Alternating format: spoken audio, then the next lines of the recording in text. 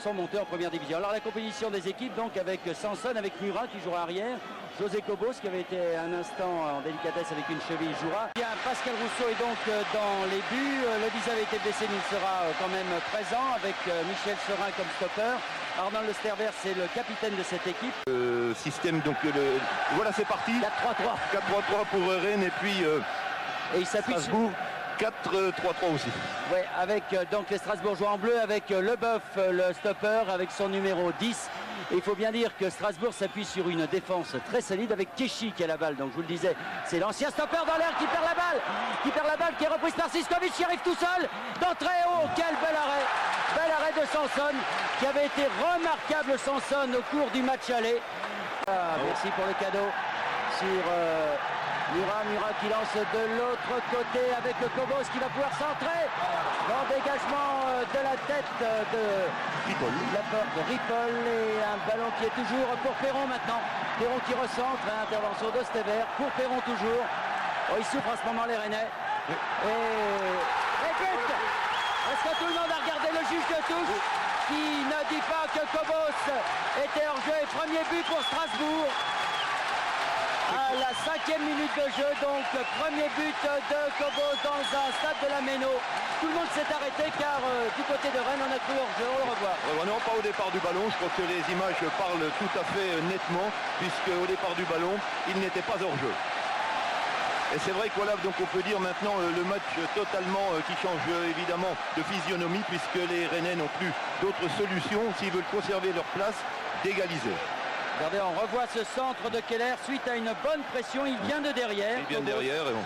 Cobos très offensif qui vient de derrière et qui marque donc le premier but pour le Racing de Strasbourg. Une chose est sûre, nous n'aurons pas de prolongation. C'est ça, donc je crois que pour l'émission qui va suivre, il n'y aura aucun problème s'il n'y a pas une panne d'électricité. Et il est certain donc qu'au bout de 90 minutes, nous connaîtrons celui qui restera et ou qui accédera en première division. Strasbourg, tous ces les joueurs ne sont pas habitués à des matchs aussi importants et pour l'instant ils dominent leur sujet comme de vieux briscards.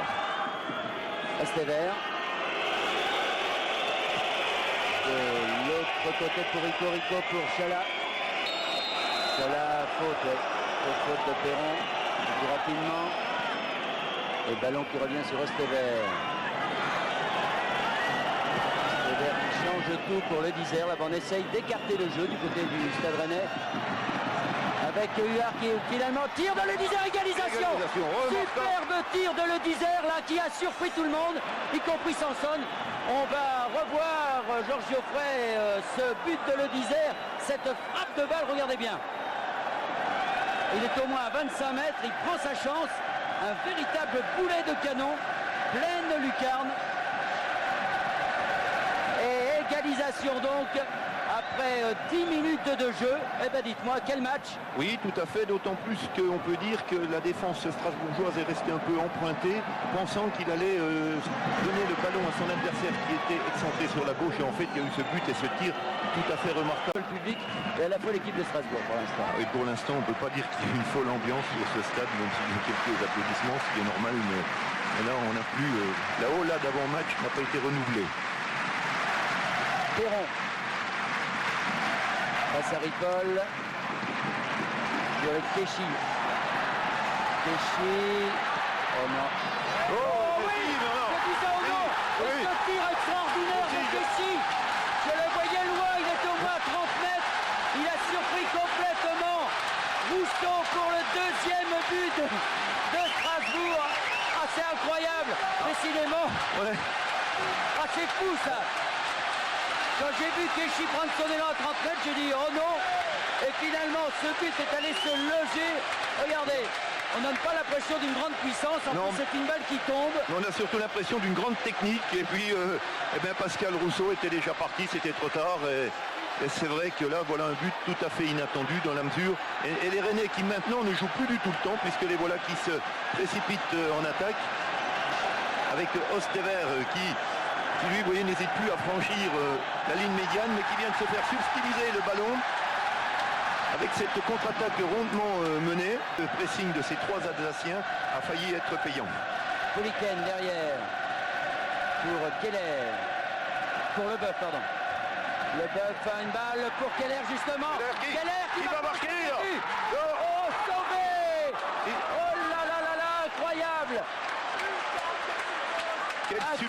action de jeu et aussi quel beau réflexe du défenseur rennais. C'est Serin qui a sauvé cette balle, mais regardez, Keller qui prend de vitesse, qui évite Rousseau là, et Serin qui se replie. Keller croit qu'il va marquer, regardez, hop, du bout du pied. Ouais. Serin qui a sauvé son équipe pour Osterberg. Osterberg, longue balle pour Chala aux prises avec Keshi. Dall'Oglio qui vient à la rescousse et qui dégage. Serin qui a été surpris, c'est Keller qui va vite, c'est Keller face à Osterberg, il joue de l'autre côté, c'est bien joué avec Payard qui va. Troisième but de Strasbourg, superbement joué de la part de Keller. On va le revoir, Georges Geoffrey, mais que c'était bien joué. Vraiment une action aussi encore remarquable à la fois de Keller qui vient de se payer le luxe en quelques minutes de deux actions que l'on voit très peu souvent sur un terrain de football, qui a joué très intelligemment avec cette ouverture et ce but qui est imparable. Alors là, je peux vous dire que c'était le rêve de Payard que de marquer contre son ancienne équipe, l'équipe qu'il a jetée au début de saison. Et le troisième but de Strasbourg, donc remarquablement joué par Keller pour Payard, qui lui aussi joue très bien face à Rousseau qui est sorti. Et une défense de Rennes prise de vitesse. Et lequel Payard, Bernard, est aussi un défenseur. Eh oui. Encore un but de défenseur, c'est quand même incroyable. Entre les jambes de Rousseau qui ne pouvait absolument rien faire. Et ça fait 3-1, c'est-à-dire que Strasbourg est dans sa moyenne. Et, puisque vous parlez de moyenne, on va continuer sur les mathématiques. 3 plus 1, 4 buts. Et 4. Geoffrey nous propose de revoir. Non, ça c'est la dernière action, c'est l'attaque de Strasbourg avec Murat. Murat qui cherche son deuxième poteau Monzuc, c'est bien joué. Mais l'angle est vraiment très fermé là. Il tente sa reprise de volée. À la papa. On a repris le match. Les Strasbourgeois attaquent par Poliken. Poliken pour Perron. Perron pour la tête de Monzuc. Oh, le bel arrêt. Le bel arrêt de Rousseau. Alors les Strasbourgeois réclament le but car ils estiment que Rousseau est tombé avec le ballon derrière la ligne. Alors voilà, regardez bien. Je pense que c'est lui qui est derrière la ligne, mais pas le ballon, puisqu'il faut qu'il ait franchi complètement la ligne de but. La belle tête de Monzuc. Voilà, ben Bernard, c'est indiscutable. Bien vu de la part de monsieur Frazy. Ouais. Et Rennes à l'attaque. Et obtient le corner. Lelio. Avec le Perron. Perron bien joué. Poliken, Perron. Et deuxième poteau. C'était remarquable. Superbe but, quatrième but de l'équipe de Strasbourg sur cette action. Keller, Poliken et c'est un nouveau but de Payard. Oui. Payard qui marque le quatrième but suite à une action absolument remarquable. Ah, c'était vraiment une action technique superbe, un but bien amené. Et puis cette conclusion avec cette tête plongeante qui nous réconcilie avec le ballon rond et qui effectivement, Bernard, est digne de remonter à toutes les écoles de football, d'autant plus qu'une fois de plus d'ailleurs c'est un défenseur qui a marqué son cinquième but. Regardez le Perron là qui a complètement effacé le Disère, qui va bien donner sur la droite à Poliken qui lui remet le ballon et le centre de Keller va trouver la tête plongeante de Payard. C'est superbe. Vraiment une formidable conclusion pour cette rencontre qui a tenu toutes ses promesses. Quel dommage que deux photographes qui sont inexplicablement sur le terrain. Les délégués, M. Michel Villanova-Valzac, là font la police. Et on a revu sous tous les angles grâce à notre ami Georges Geoffrey qui est aux manettes de nos amis de la SFP aujourd'hui. Eh bien, quatrième but donc de Strasbourg marqué par Payard. 2 buts de Payard qui doit être ivre de joie. Je pense qu'Olivier Ray, du reste, l'interviewera à la fin de la rencontre car lui, l'ancien Rennais, venir mettre 2 buts. Il nous l'a montré, du reste, toute la nervosité de Gilbert Grèce avec une attaque en tort de Payard qui aurait été avec Keller là, qui était sur ce ballon. l'un des héros de cette rencontre, même si Keller n'a pas marqué, alors que les supporters commencent déjà à envahir le terrain. Ouais, alors là, ça pose problème peut-être. Ouais, surtout pour un stade que l'on dit aussi en avance sur le plan de la sécurité. On a l'impression qu'ils franchissent allègrement les barrières derrière les buts de Pascal Rousseau, même s'ils viennent sans intention belliqueuse, comme l'on peut s'en douter. Et tout ça pour fêter donc l'accession de Strasbourg et toujours maintenant le leitmotiv, on a gagné, on a gagné.